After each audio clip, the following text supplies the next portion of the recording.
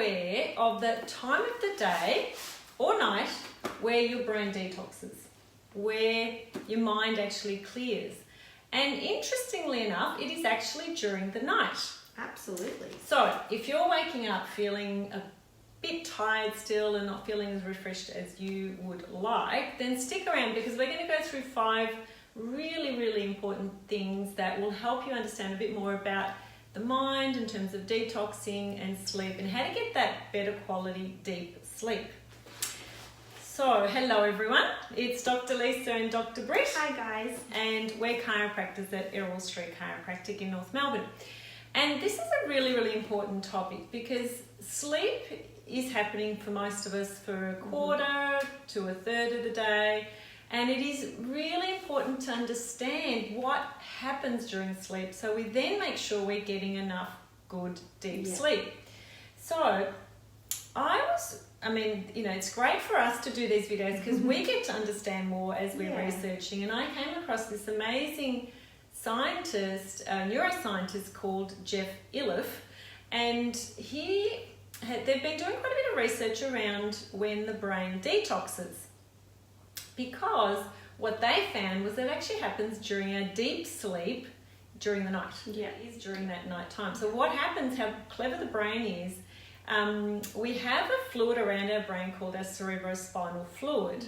And now, just to kind of sidetrack, in terms of what clears out our system, we've all heard of our immune system, and that will work through our lymphatic system, which runs alongside our our blood vessels. Yeah. But in our brain, we actually don't have any lymphatics. No. We don't have room because our brain, our skull itself can't expand. So what this brain does is that during the night, our cerebrospinal fluid, there's actually tracks that go along the blood vessels that will, during the night, then flush out the brain. So these tracks will then pump out that cerebrospinal fluid and the brain shrinks. Yeah. So we've got this cerebrospinal fluid that then flushes out the brain. So it doesn't clear out at night when you're asleep. But the important thing is that this actually happens during a deep sleep. Yeah. So it's important to get into that really good, healthy sleep cycle. So how many hours a night should we really be aiming for? So, we know babies need more sleep, and as we get older, you hear that, as people get into their, say, 70s and 80s, they don't need quite so much sleep. And that's true. So different stages of life, we need, more or less sleep. Yeah. But interestingly enough, for those teenagers or for the parents with teenagers, that they actually need a good 8 to 10 hours of sleep. And some of them, a lot of them definitely aren't getting up to 10. Well, some of them are, but it's usually that they're going to bed a lot later and then sleeping in. Yeah. So. And when we look at the benefits of that deep sleep in terms of clearing the mind and detoxing that brain, and that's when the hormones will do their work and the immune system kicks in and there's growth during that time. Well, if they're missing out on that deep sleep or as much of that deep sleep as they should be getting, then we're going to have very cranky teenage. The different stages of sleep is really interesting because we've heard of REM sleep, and REM stands for rapid eye movement. Yeah. And so we go through that first stage where we're just getting into sleep. So we're going from that wakefulness to that sleepy stage. Well, that's that sleepy stage, is just before we get into sleep. Then we're going into a light sleep, and our brain is still fairly active. Then we're going into a deep sleep.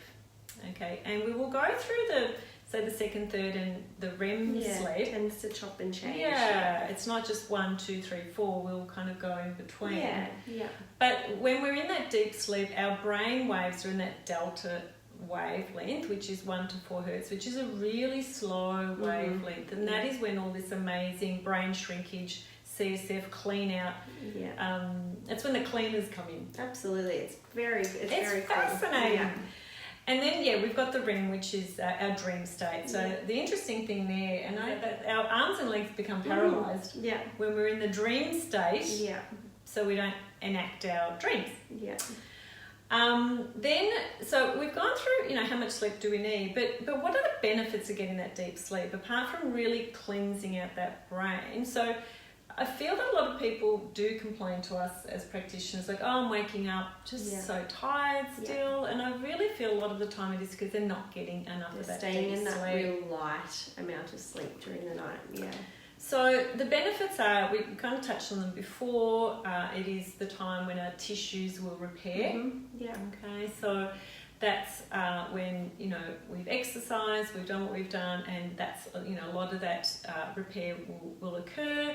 Growth, if you're pregnant, or, you know, if you're a child and you're growing. And our immune system is very active in that stage of deep sleep. Our mind literally clears itself out. It's when we consolidate memories. Yeah, memories is a big one, especially if you're someone that is studying. The importance of making sure you are getting quality sleep is really important for, you know, intaking all that information during the day. So you can see if you're not getting enough deep sleep, it's really going to affect how you feel. Absolutely. And how your overall wellness, your mood. Yeah, absolutely. And the last thing we want to go through is, how do you get more of that good quality deep sleep? And a lot of this is actually common sense, but you know, it is just kind of great to be reminded, and also maybe for you to kind of share this with your teenagers if they're having some issues around sleep. The big one is really devices. Absolutely, getting off your screens, your phones, your iPads, the TV a couple of hours before bedtime. That's really important. Keeping your rooms dark, if you find that light will just really start to kind of wake you up at 6 a.m, because, you know, it's still summertime here in Melbourne. You know, getting some exercise. Go for a walk after dinner is always good as well, or just making sure you're doing some sort of movement during the day. So getting half an hour of aerobic exercise is really great to create enough energy in your body to then help you to sleep later on. So, you know, why Britt's got this pillow here is making sure that your sleep setup is great. Making sure you've got the right pillow, making sure you've got the right mattress, and that you're using these things properly. People are sleeping on their side, they need a different pillow to people that are sleeping on their back. So making sure that we are really ticking all those boxes. What else have we mentioned there, Britt? Oh, things like your stimulants, obviously. Like, coffee, alcohol, and also carbs. If you are having trouble getting to sleep, then taking out the carbs, which are your pasta, your bread, your rice, at dinner time. Have them at lunchtime. Have them at lunch, because they're going to give you fuel. Okay, we don't want to be stimulating that brain too much. Having your... So there's a lot of information that we've gone through there. It's not an easy task to really get that good quality sleep, but it is such a reflection of how we think. You know, are we too stressed? You know, how we move? Are we getting enough exercise? Are we keeping good posture?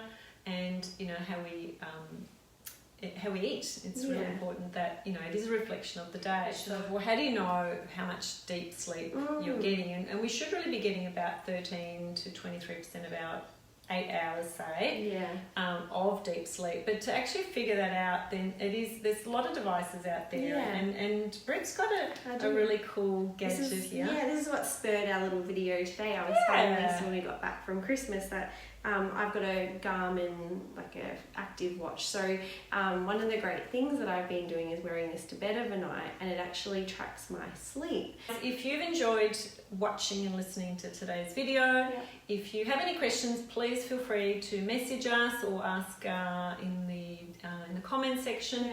But also do remember to like us on Facebook or Instagram. We do share a lot of information about posture and spinal health and overall health.